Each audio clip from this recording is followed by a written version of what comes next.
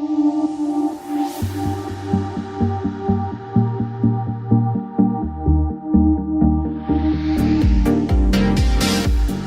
and welcome to the Moonshots Podcast. It's a huge episode 42, and I'm your co-host, Mike Parsons. And as always, I'm joined by the international jet-setting Mr. Chad Owen.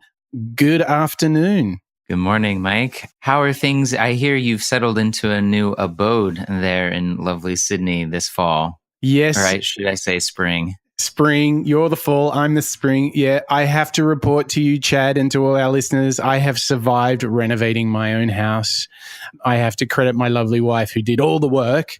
So I am talking to you from my new studio. I am very happy. I am, as they say, a pig in mud, and very excited to get back to recording the show with you because, Chad, usually I'm the one that's zipping all around the world, but you, hands down, have been traveling more than me the last 4 weeks.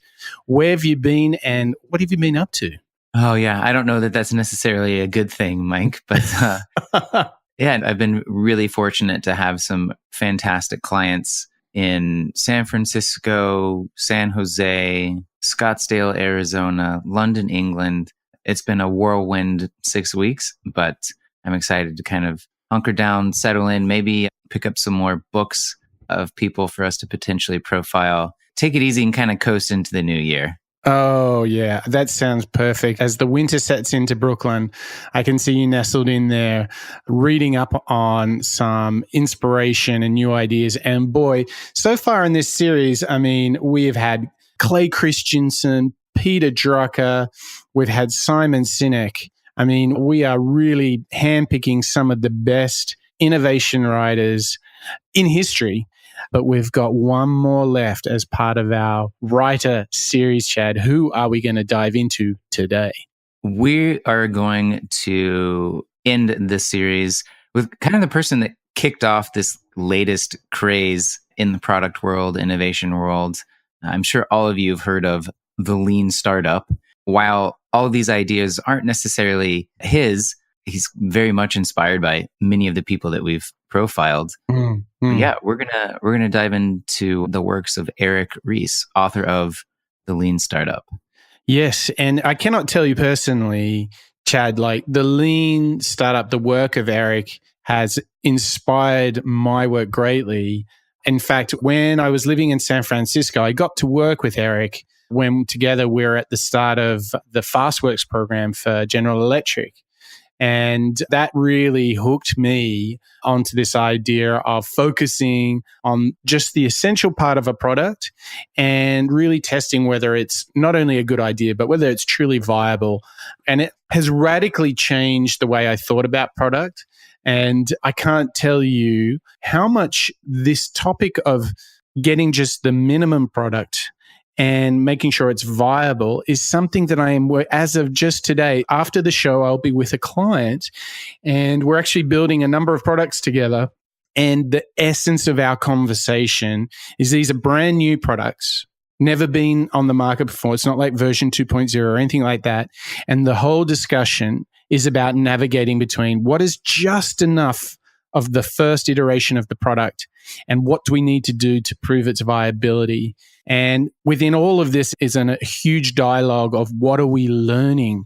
And I think that's what Eric Ries has given us. He has packaged how to build a product in the modern age in such a powerful way. Chad, you must just run into this all the time as you're talking with all these innovators, entrepreneurs creating new things, whether they know it directly or indirectly. They're all kind of using versions of the lean startup, aren't they? Yeah, he distilled the things that were working in Silicon Valley and elsewhere and created an understandable model and wrote a very good book with a great story, kind of based on his own experience in founding IMVU and his struggles, which we'll hear directly from him about that experience. But others like Steve Blank go even further back into the history of Silicon Valley. You know, they kind of begun this science of entrepreneurship, and Eric really kind of brought it to the masses and made it accessible to everyone, ways of thinking about entrepreneurship and different methodologies. And I remember picking up the book probably in 2011, not too long after it came out. And while I'm not a traditional techie entrepreneur, type person, I really latched onto it and was like, you know what? I think most anyone can kind of operate their businesses in this way. And so I'm really excited to dive into the different frameworks that Eric lays out in the Lean Startup. He just pulls from so many different interesting perspectives, like the Japanese with the Toyota Lean management system. 5 Whys. Don't get me started. I love the 5 Whys. Come on, Chad. That's too good. And this idea of Kaizen or, continuous improvement. There's so much. I can't wait to get into it. Yeah. So for our listeners, we're about to embark on what Chad and I both thought was the essential author on how to build product in the modern age. Meaning whether you have built a product or whether you're thinking about building a product, this show has a ton for you, because for all the seasoned product guys that listen to our show, we know there's a lot of you, this might remind you of some principles or might just fill in 1 or 2 little blanks that you've been toying with, whether it's what you measure, how you think about the rate of learning, pivoting, all of that kind of stuff. However, if you're thinking about creating a product, perhaps you're even dreaming of having a successful app on the iTunes store, this is the show for you. And in fact, the reason why we picked Eric as well as Simon Sinek as the 2 most contemporary authors is you almost have this ultimate combination of Simon Sinek is all about leadership and how you behave. And Eric is really about what you do. It's the art of building great product. So together, you've got really the 2 essential books you need for entrepreneurship in the modern age. And both of them, Chad, my gosh, Simon Sinek, Eric Ries, can they tell a story or what? Yeah.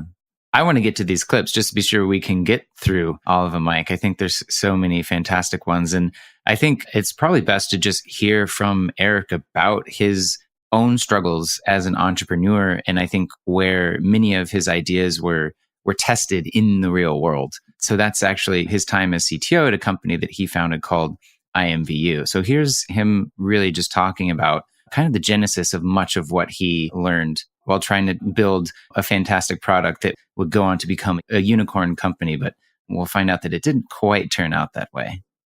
I know none of you would do a plan like this, but maybe you have a friend who's attempted this or may be thinking about attempting this in the future. So let this be a lesson, because we did something I call achieving failure.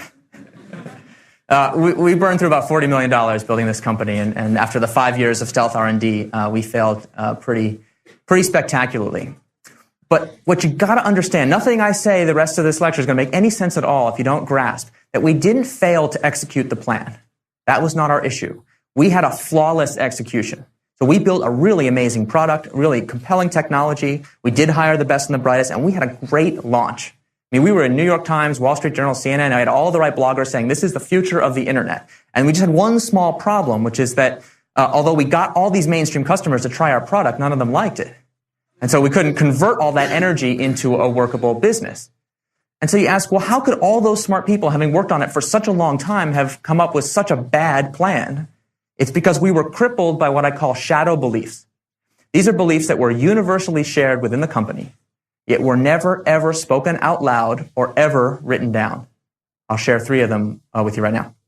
The first, that we know what customers want, which you have to believe if you're going to, devote 120% of your time and energy into building a company. But the thing is, entrepreneurs have this ability, we call it the reality distortion field. It's the ability to get people in their vicinity to believe things as if they were true. They're not, strictly speaking, literally true. And one of those things is that people right now desperately need this new technology that we're building inside the reality distortion field. And I don't want you to get the idea that there's something wrong with that. All entrepreneurs have it. Good entrepreneurs, bad entrepreneurs. The issue is that there's another category of people that can use the reality distortion field, and we call them crazy people. Right? So if you want to create a cult, it's extremely useful to have the reality distortion field. So the crux of the issue is, how do you know if you're in a startup, and for those who are in a startup today, I know you're not in this situation, but maybe you have a friend. Think about whether the vision that you're following is the vision of a brilliant startup founder or of a crazy person. We'll get to how to tell the difference in a moment.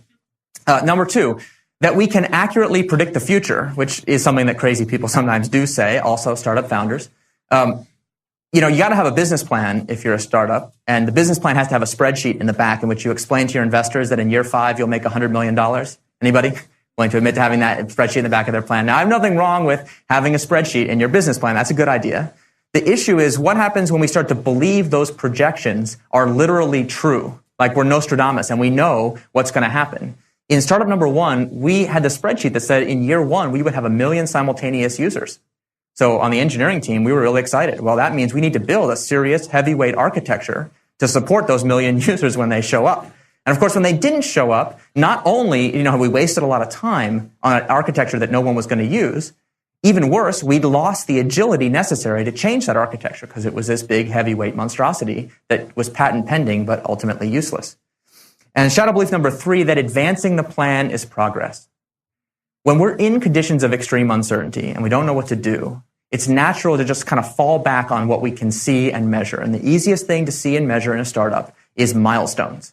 So in startup number 1, we were very rigorous about making sure that we hit deadlines and we did what we said we were going to do and we made the plan. And there's a reason why we were able to execute that good plan. We held everybody accountable for really doing good work.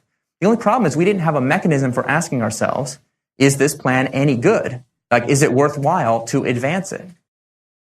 Yeah. Oh, well, it's so nice to hear from Eric himself and to hear the kind of candid admittance that they made a $40 million mistake, all from what he called these shadow beliefs. And Chad, what for me this is all about, if I just decode this idea for our audience, he's like, it was all guesses.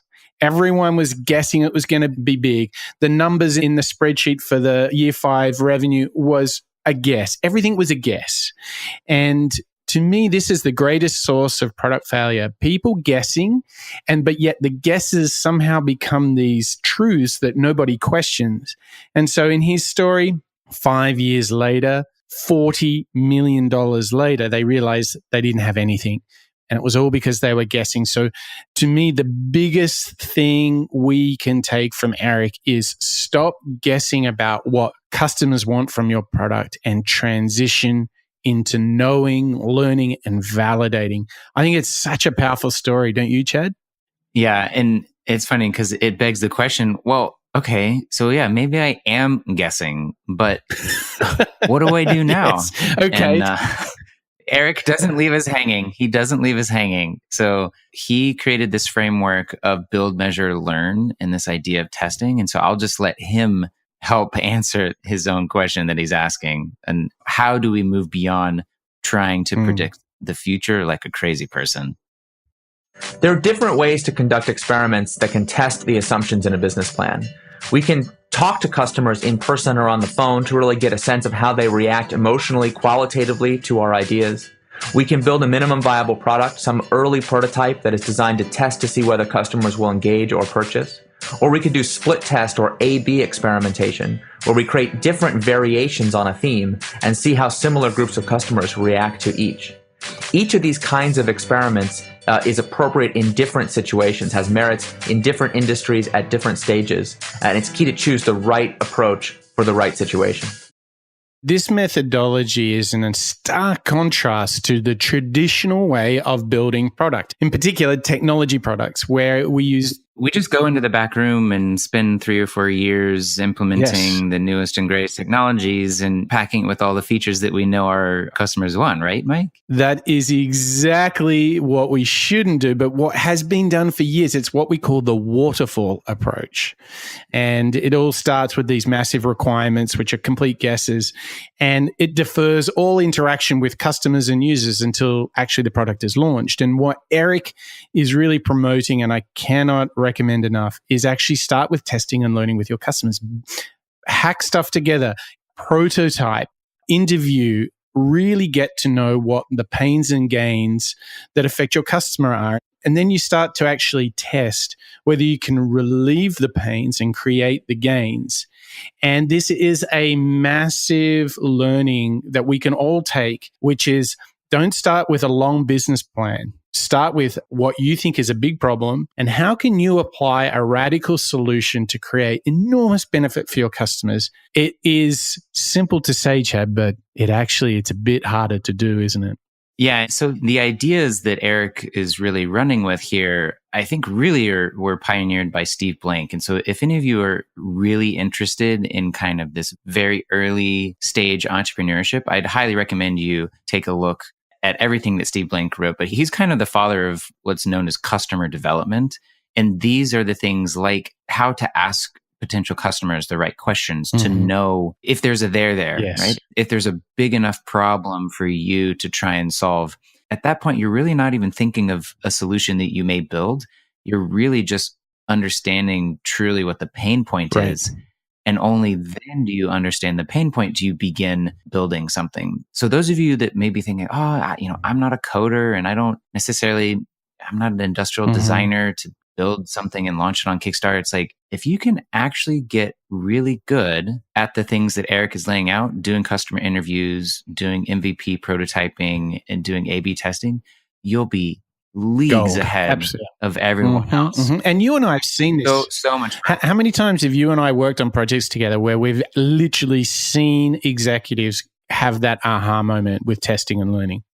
I mean, at least 24 times. I mean, probably even more for you. Yeah, and it's magical for them because it's like innovation is really not that hard in the end. And it's not technical, really. No, it's not. It's empathetic, right? In the end, it's just caring about the pains of your customer. And I think this really launches us into this next idea is some of the advice Eric has for us when we're thinking now about building this product. How do we actually know if people want it? How can we kind of move from the guess to the knowing? So let's have a listen now to Eric Ries on how to know if people want a product.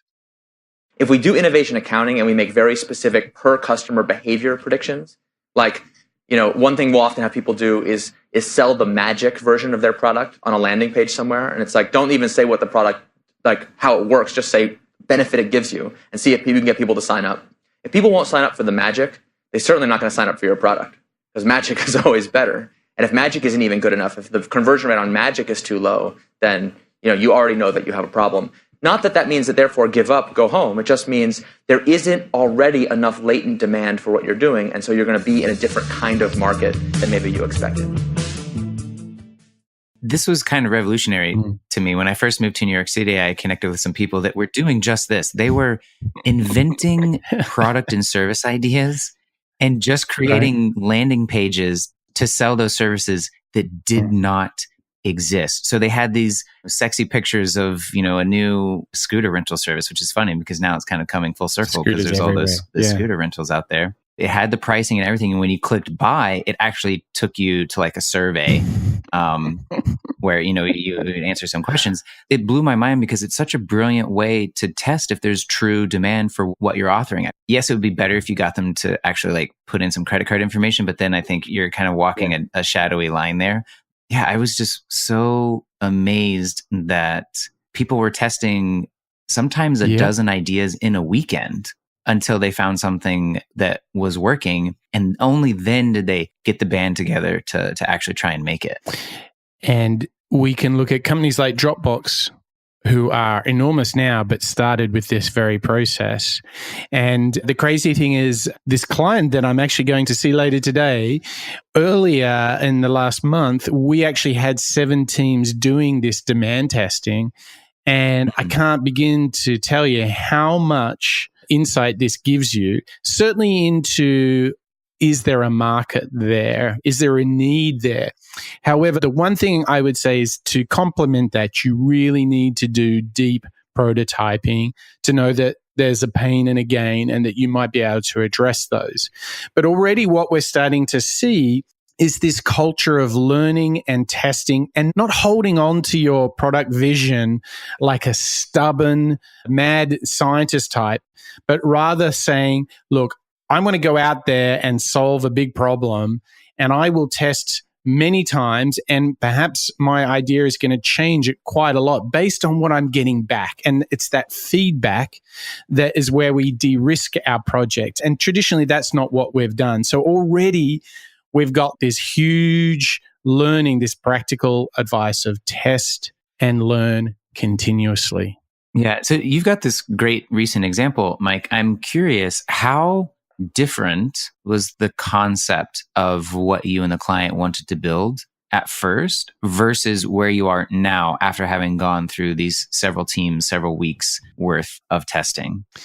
I would say that what's interesting is sort of the general notion of we saw a pain in the market and we wanted to address it. And remember, 7 teams, there's probably 25, 30 executives. This was a serious accelerator program, full-time, 8 weeks. The mission, the general ideas have not changed too much. The idea to help a particular segment in a market in a particular area, that has not changed. But boy, Chad, how we will address the pains of the user and the gains they're looking for, that already has changed dramatically with a combination of these 2 principles, like testing market demand and prototyping with real customers. And we just have very, very basic prototypes, and we're about to launch into some deep design and user insights. So we've got a long way to go, and already it's the how you deliver the product is what's changing dramatically to what was first imagined.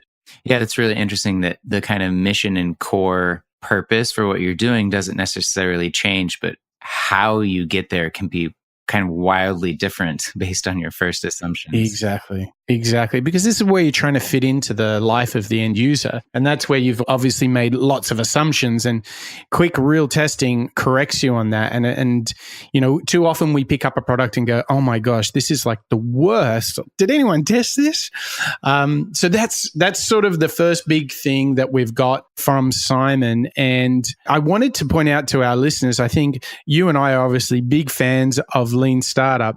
And the interesting thing is that Eric also wrote another book.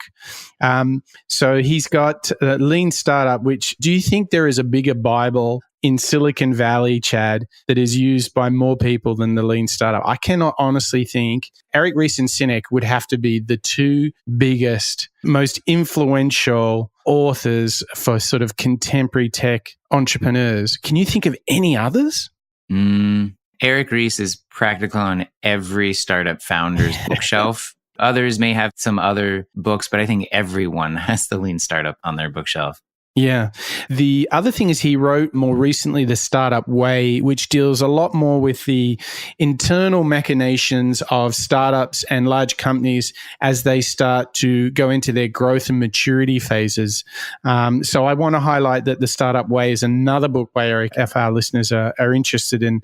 Of course, as usual, we'll have links to all of these in our show notes, which you can get on moonshots.io. But before we go into MVP and measurement, skills, tactics, and ideas, I wanted to ask you, Chad, in reflection, since 2011, when you first read Lean Startup, what stands out to you as like 1 or 2 of the biggest things that you've taken away from that book and embodied? If you look at how you've worked in the last 7 years since reading the book, where has Eric's book, The Lean Startup, inspired you the most? I think for me, all of us, myself definitely included, have so many hidden assumptions, subconscious assumptions that we're making when we're working with clients or building products. I'm always amazed at kind of my own like ignorance in assumption making. It's just, there's kind of a limitless capability for us humans to think that we know and can predict the future and the way things will be. Yeah. I think kind of the flip side of that for me, or the way I hack that, is to really just be in conversation and dialogue with as many people as I can. And so, you know, the storyteller in me, like, I love interviewing people. I love embedding myself with interesting teams that are building cool and innovative products. And I think as long as I continue to keep my finger on the pulse and really am just sure that I'm engaging and talking with people in doing those kinds of interviews, and that is how I can work through and past many of the assumptions that I'm making. Yeah, I'm very much the same. And my reflection on Lean Startup is I wish I'd read it approximately like 15 years before it had come out. I started an internet radio station in Australia in 1997. And if only I had had Lean Startup then, I would have learned so many crucial lessons. And you're right, I was just guessing so much of it. The product itself was pretty cool, but it just wasn't viable. Working out how to make money on internet radio in 1997. Whew. Yeah, but you tried it and now you have all those learnings that's informing what you're doing now, right? Oh, yeah. That's the message that I love from Eric is while he does kind of call spending $40 million in 5 years of failure, he talks about walking away with lots of insights. Yeah. And he actually, a little earlier, I can't remember which clip, there's this idea of innovation accounting. I think, what that implies is that there is a way to put some metrics and measurements on this kind of maybe vague idea of like, do I know enough about my customer and do I know enough about the problem? And there is a way to begin to track these things. So here's him actually talking about how we can measure our way to success or failure. We're going to use actionable metrics, which are about per customer behaviors, things that can be measured at microscale. And the first thing we're going to do is establish the baseline. So now we can put the purpose of the minimum viable product on a much more rigorous setting. Somewhere in our business plan, there is a model that says, hey, if customers behave in this way, then we'll have zillions of them over time. And we can't get into all the details of how to build those models. Of course, there's a great book coming out. You can learn all about it. In the meantime, what we want to do is just figure out what are the real numbers for each of those inputs at microscale. That's what the minimum viable product is for. So if there's some number, some spreadsheet somewhere that says, hey, 10% of customers who come to our website should register for our product, then we should have like a big banner in our office somewhere that's like, we must have 10% conversion or we die. And then we need to have a minimum viable product as soon as possible to find out what that number is today. And most likely when you do that experiment, the baseline will be horrible. Like it'll only be 1% and it's supposed to be 10%. And like, oh my God. But we need to change that. We need to say, finding out the truth of where we are right now is progress. It's a milestone that we should celebrate. And then we do step 2, which is we tune the engine. We make product development changes that are not designed to drive huge gross numbers, but to make those conversion numbers go from the horrible baseline to the ideal in our business plan.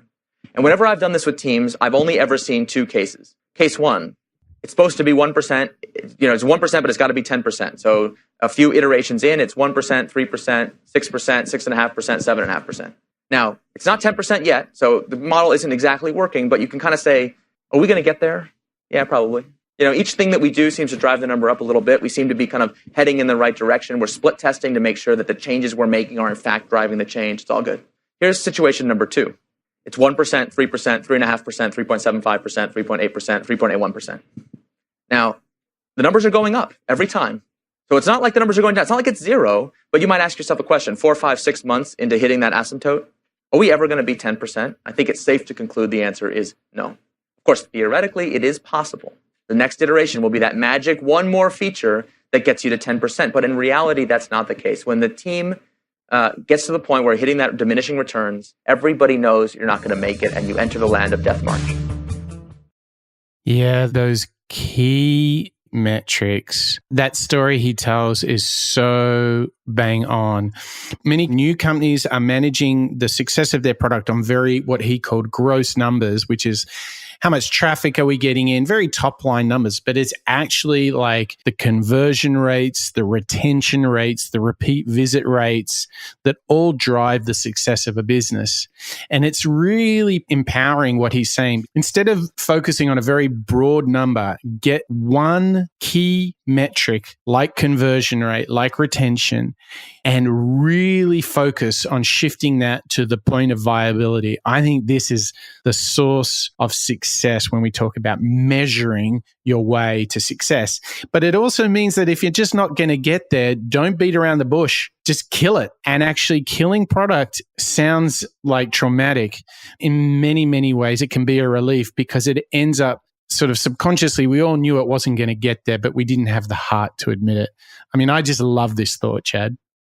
When I first heard about this idea of MVP, I was like, oh, this sounds great, building the minimum viable product. But for me, still, that was even kind of like too big of a concept and I didn't really understand it. But in this clip, I think he does a good job of tying it. So the minimum viable product is the smallest, most concise, simplest version of your product or service that you can use to measure that one single metric. So you kind of have to come up with the metric first, choose the target, and then what you're building is like the least time consuming, cobbled together, but it will still measure that accurately thing. Yes. And so that's what he means by minimum viable. And it took me a long time to kind of understand that nuance because we're always tempted to keep adding things in there. But it's like, nope, if you can measure that one metric that you're trying to hit, then that's what you need to work on and to iterate on. Yeah. And it's all about getting to building something that is sufficient to delight early adopter customers, just sufficient at just enough. Because what we want to avoid is 5 years, $40 million as Eric did.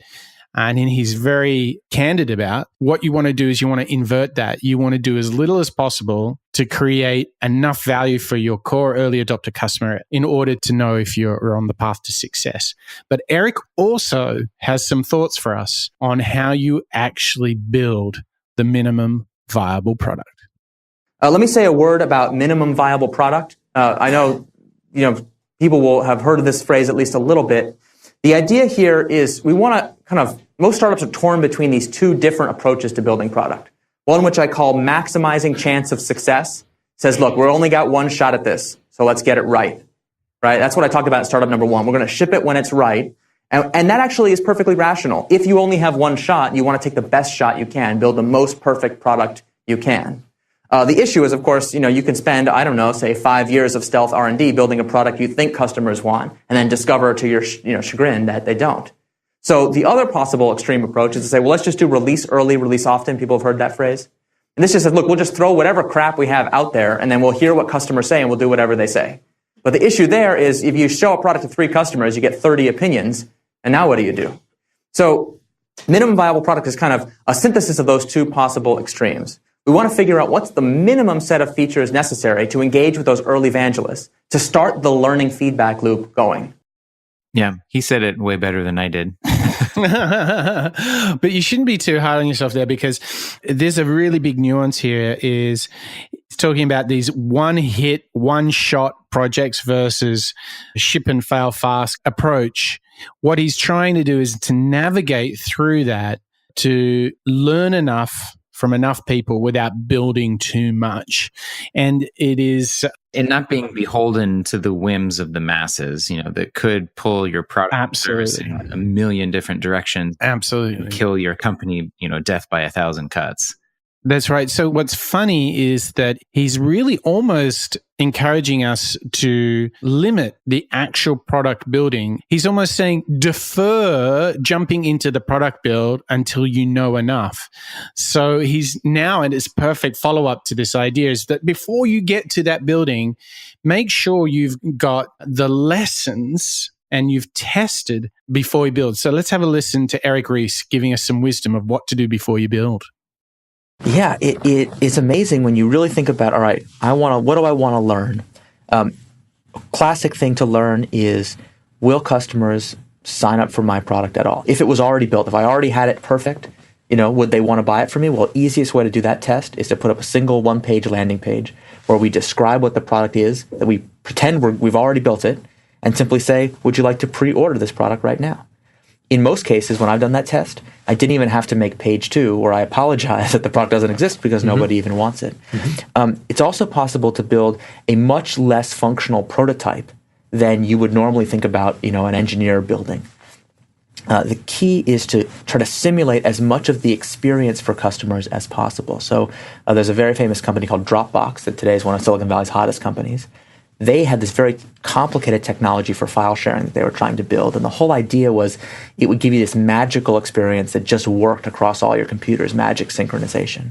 And the way they built their MVP was not with an ounce of technology. They just made a video of this kind of prototype that they had built on their computer that made it look like it would work like magic. But the video showed you what the experience would be, and then they used the video to get people, again, to sign up to pre-order, to commit to be part of their community. And that was enough, without any technology, to show them they were on the right track.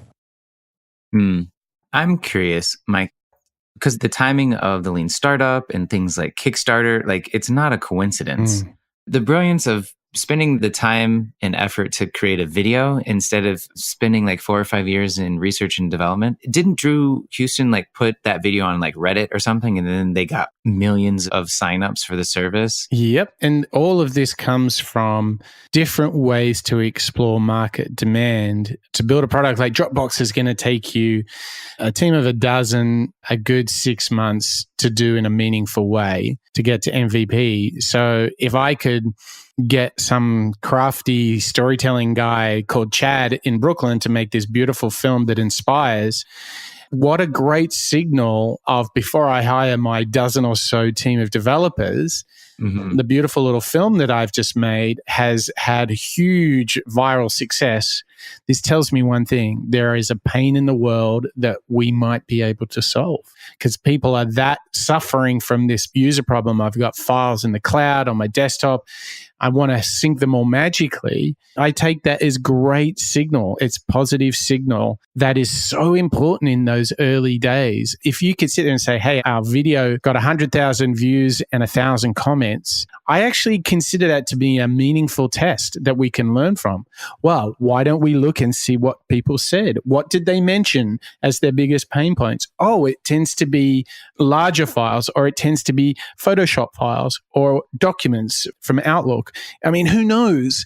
The point being, you can learn. And that's why it's so interesting that a guy who is an engineer, Eric Ries is an engineer, he's like, you can do all these things before you do any engineering. It's really interesting to me too. Like there's this massively successful company, Kickstarter, that has this idea as their business model, that they're, replicating for everyone and kind of baking that philosophy of testing and learning from the market before you're even building anything. Now, I understand that Kickstarter's changed a little bit. And I think many of the ideas and products that are showing up there and projects are a little more fully baked. Yes.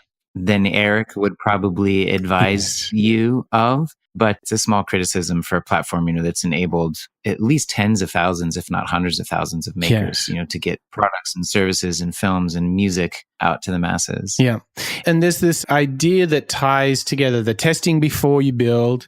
There's an idea in this path of MVP and those many key metrics that we were talking about. And it's really this huge topic, this critical shift towards what is the rate of learning that a product creator, an entrepreneur, a founder is having. How much are they learning? And this really is at the core of Eric's book, and he gives us lots of different things to learn about. So let's hear from him and talking about how important learning really is to the success of building a great product. The core problem of a startup is you don't know who your customer is. You don't know if you're on the path to a sustainable business. You have all these problems. So the unit of progress in a startup is learning, what we call in the startup validated learning, scientific, proven learning that you actually know what you're talking about. And so and that sounds pretty good. Most entrepreneurs at that point are like, yeah, who's not for learning? Everyone's for learning. But if we say, no, that is the unit of progress.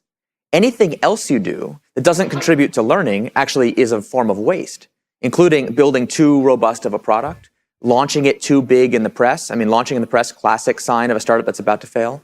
I wish I'd get the press to write about that. It would be great. Anyway, sorry. Those things are waste. They don't actually help you learn, because if 100 customers don't like your product, then what does it matter what the 101st customer doesn't like your product? What's the learning value of the 1,000th customer or the 100,000th? And so a lot of the companies I've built failed so spectacularly, not because the technology wasn't good or didn't work, but because we literally couldn't get anybody even to try it to tell us how bad it was. Okay, that's the kind of failure that's collide. And so we talk about, well, oftentimes the minimum viable product is simply an experiment that allows customers to sign up.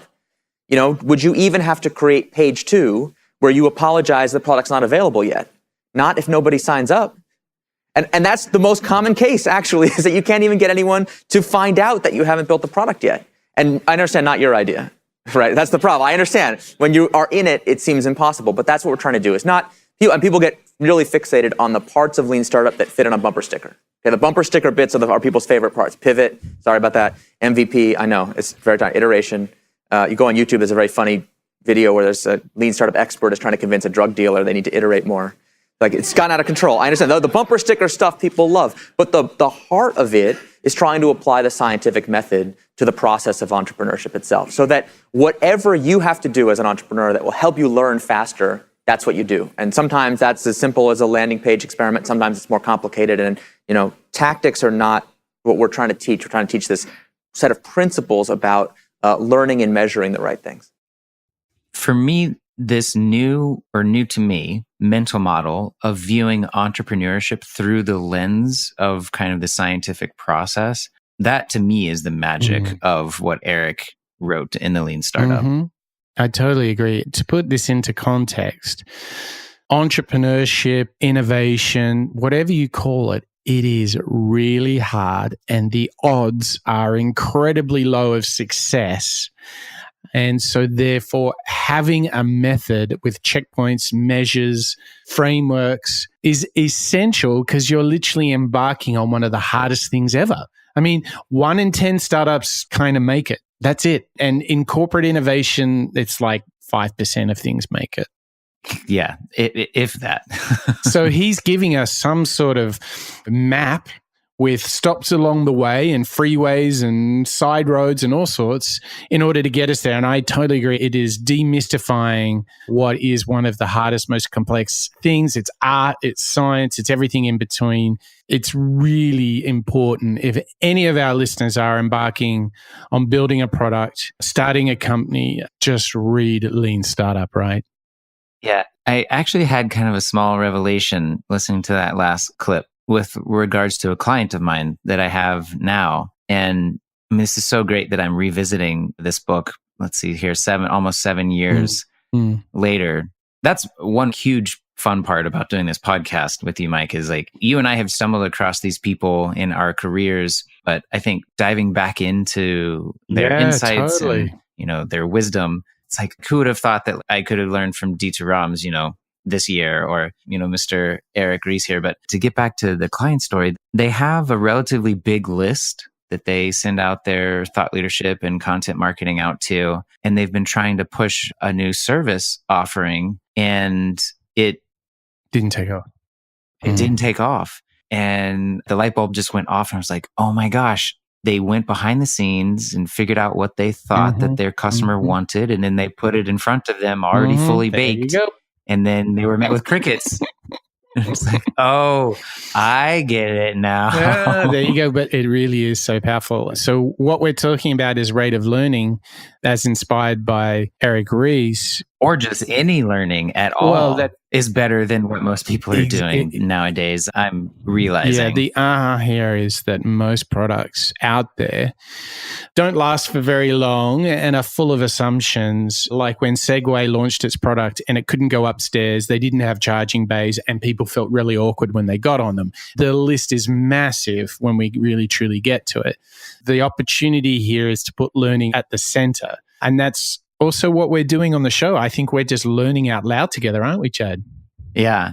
And it's funny too, because this next topic that Eric speaks to is something that you and I have discussed as we've created this new venture, this new podcast together. The stakes aren't quite as high, maybe as in a Fortune 500 company that's trying to create the new product that's going to help them crush the competition. But there's this idea of like, okay, so I'm learning, I've built my MVP, I'm iterating it, I'm getting my learnings, but how do I know if I'm on the right track, or if I should kill it, or if I should do something different? And it's kind of like the entrepreneur or the innovator's dilemma of like not knowing exactly how to proceed. And so Eric has a really fantastic laying out of whether or when you should pivot and when you should persevere. 3 months from now, 6 months, whenever it is, we're going to have a meeting to decide whether to pivot or persevere. And by that meeting, we will have the data about whether our efforts to tune the engine are working or hitting diminishing returns. And so we have all these concepts in entrepreneurship like product market fit that are very vague. This system allows us to put those concepts on a much more quantitative basis. We can't turn whether to pivot into a formula. I can't tell you what to do. It still relies on human judgment, just like science does. But if we make specific predictions, if we use innovation accounting as our accountability model, then we can be training our judgment to get better over time. To increase the odds of success, we need to figure out how can we pivot sooner. We need to bring our focus to validated learning. If you can get the real story of what actually happened in the early stages of a company, you will find out that successful startup founders do not have better ideas than the failed ones. Contrary to what you see in the movies, most startup founders of successful companies had ludicrously bad ideas at the beginning. And what's amazing about the successful startup founders is not that they just persevered indefinitely, but that they have this funny combination that when they run into difficulty, it's not just that they gave up ship and went home, neither did they persevere the plane straight into the ground. They do this thing we call a pivot. By analogy to basketball, one foot firmly rooted in what we've learned, changing one other thing about the business at a time. And the premise of the lean startup is as follows. If we can reduce the time between pivots, we can increase our odds of success before we run out of money. This one is like serious professional level product insight. And I just want to dig into this a little bit. What he's talking about is not just the testing and learning, but actually, if you want to survive, the key is to test and learn. And each moment that you're doing a test and learning from it, you want to try and make as close to the next moment that you conduct your test. It's not just that you're learning, but how quickly you're learning will help you succeed. And it does this for a couple of reasons. First of all, if at 10 o'clock I test and learn, and then I revise my prototype, and at 10:05 I test again, if I keep up this rate of learning in 1 hour, I could have between, say, 10 and 12 customer interactions where I've tested and learned. I am miles ahead of where I was at 10 o'clock when I get to 11 o'clock. And the whole nuance here is that traditional approaches to product design have very long gaps between these moments of learning.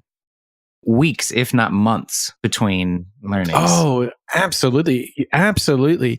So what he's saying is, guys, lock yourselves in a room and test all day long, hundreds of times with hundreds of different customers. This is the ultimate, because not only do you actually make progress into solving the customer problem, you actually align the entire team of product creators around it, and it becomes this huge momentum shift. If you have a test a day for half an hour every day, Monday to Friday, and you do this for 2 weeks, 2 months, or for a whole year, if you are open to the learnings, I guarantee you success will come, because you'll have just conducted enough tests that your odds of success are massively high. I also guarantee you that your product and service will be in a very different place than when you thought it would be. And that's a good thing, because if you stick to what you thought you should have built, then, you're going to end up like Eric, spending $40 million over 5 years to build something that no one wanted to use. No one could even get there to tell them how awful the product was. That was like how few people were using it. That's right. So I wanted to share a little story about this same client. I was doing a program with these 30 or so executives, 7 different startups. And what was really powerful is I would have made Eric Ries proud. I was dropping all this test and learn on them and showing them how to prototype. And it was so infectious for them, because the validation finally demystified so much of what they were dreaming about, that literally after our session had finished, so we'd gone for like half a day, one of my clients is texting me and said, like, all these execs are running around the building testing their prototypes, and they're hooked. They're addicted. That's all they want to do.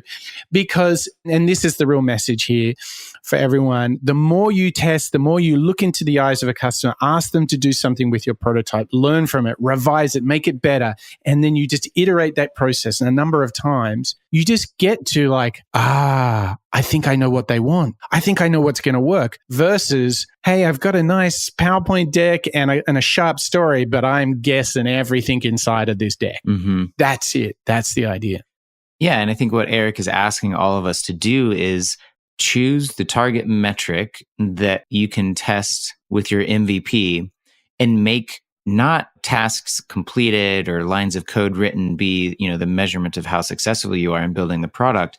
It's actually your rate of learning that is the most important metric for your entire organization to be operating under. Because he says, all of that time in between tests in some ways is just waste, because learning is the gold to be mined inside of the startup. Yes, it's so true. That's so true. And that gap between the moments of test and learn allows you the time to fill in your own bias and perception. So you sort of abstract it and get a bit off track. But if you're testing so much, it's very hard to get off track because the message from customers and their experiences, their interactions is so strong. But I think we got one last big thought from Eric. And it's really when you're in this testing and learning moment, either with customers or asking why your product hasn't worked, there's a very powerful idea about what you can do to get beyond surface level problems and get to the real crux of things. So let's wrap up with Eric Ries and hearing from him talking about how to solve problems with the power of asking why. We use a technique from the Toyota production system called 5 whys. The idea is when we run into a problem, when we have a server crash or a product that doesn't work, we want to get to the root cause of what caused it to fail and then fix that root cause. Behind every seemingly technical problem is actually a human problem waiting to be found. Let me give you an example. In my last company, if a server crashed, we would ask a question like, why did the server crash? It would be because a new API was pushed to that server. But why was that? It's because we just launched a new feature that used that API in the wrong way. Well, why is that? It's because we had an engineer who was new and didn't know how to use that API properly. Well, why is that? It's because that engineer was never trained. Well, why is that? It's because their manager didn't believe in training. So what seemed like a technical problem of a server crashing is revealed to be a managerial problem with that engineer's manager. The technique of 5 whys is to make a proportional investment in each of the 5 levels of the hierarchy. So fix the server and improve that API and teach that engineer the proper way to use it, and also have a conversation with the engineer's manager. I don't do this nearly enough. I know. I was listening to it and going, I could probably, there's a couple of examples where I could probably use this right now. Yeah, I think what I'm taking away from here is I'm getting more and more interested in uncovering my clients' biggest challenges that I'm hoping to solve in, the collaborations that we kick off in the engagements, and might be asking why once. But yeah, I can definitely see myself really using this technique to, just get closer to the heart of what's really going on. Yes. And I cannot tell you, in a product lens or whether you're just running your business, this art of, it's really critical thinking, what he's proposing here. And it's really establishing facts, asking why, and systematically going in a disciplined way to the core of the problem. And whether you're trying to do that on your business or whether you're trying to do it with customers and the service or the product that you're giving them, what's really powerful here is if you're testing or learning your way through the 5 whys, here's what starts to happen. If you're building a product and you serve an immediate use case or a problem, what tends to happen, and this is another sort of dark art of product design, is that once you address a more surface level problem for a customer, they will allow you, they'll give you permission to understand the bigger problems, the higher order of things they're trying to achieve. And so a great product often goes right from the bottom of Maslow's hierarchy of human needs right up to the very top. So you then offering a product or service that does a thing or two, has some features, which has some benefits, which helps people serve their mission of having fulfillment, having impact on the world. It can get that high. And that's what great companies do. They build a suite of products that get right up there. So if you use this solving problems by asking the 5 whys, whether it's just a tactical business problem or solving the problems of your own customers, it is a great mechanism to unlock like a truckload of value. I love how kind of tactical that last bit is. I can use that like tomorrow very easily. You could go on and on with Eric Ries. The body of work is so good. I really feel like we got this great sort of rocket ship ride from like, just stop, test and learn. Don't jump into building a product. Ask the right questions before. Make sure there's some sort of market, latent demand for it. And whatever you do from A to Z, learn all the way. I mean, build, measure, learn, build, measure, learn. Yeah, that's the mantra, isn't it? Yeah. I've been really excited packaging these episodes in different series, from Apple to designers to now authors. I'm also excited to turn to our next series here and go into the world of investing. Oh my gosh, I am so excited for this one. Who might we learn from there? Oh, Chad. Well, the two classics, we're going to follow a similar vein to that of what we did with the authors, two classics and two more contemporaries. So for the classics, we're going Warren Buffett and Charlie Munger, who have so much wisdom. I am part excited and part overwhelmed pulling together all the research for that show, because Warren Buffett writes an annual shareholder letter that is gold every single year. It has investment wisdom dripping out of it. So we've got those guys. And then for our more contemporary ones, Chad, who are you liking?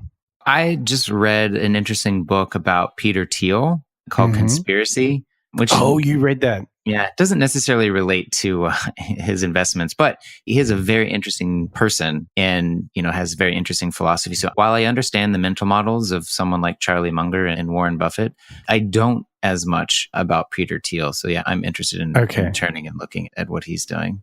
He has a great book called 0 to 1, which is essentially his whole philosophy. And it is an amazing book. It's up there with The Hard Thing About Hard Things. It's up there with Simon Sinek, Eric Ries. It's amazing. So that'll give you a little sense of that. And then what about someone from Y Combinator?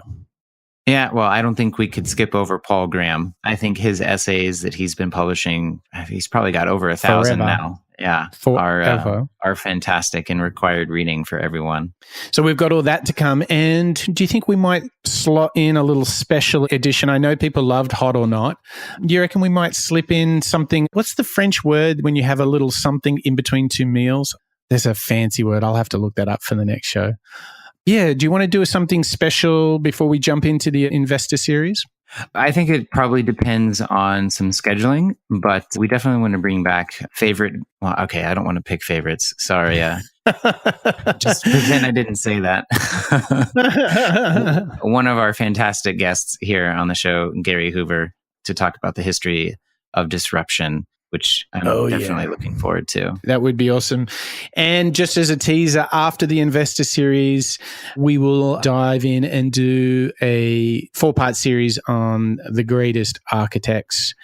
And there's a lot for us to get into. There's so much ahead. Chad, I just want to say thank you to you for being with me on this journey as we learn out loud together, and to all our listeners who have given us so much great feedback.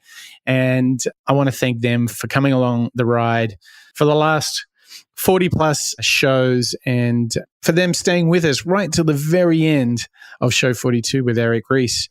I've really enjoyed it, Chad. I hope you're ready to rest up a little bit now that it's the evening in New York. Oh, yeah. Well, unfortunately, I've got back-to-back calls after this. You can probably hear my phone blowing up in the background there. So. All right, Chad's got to dash and take the call. Thank you ever so much, Chad, and to our listeners. That's it for another show of the Moonshots Podcast. That's a wrap.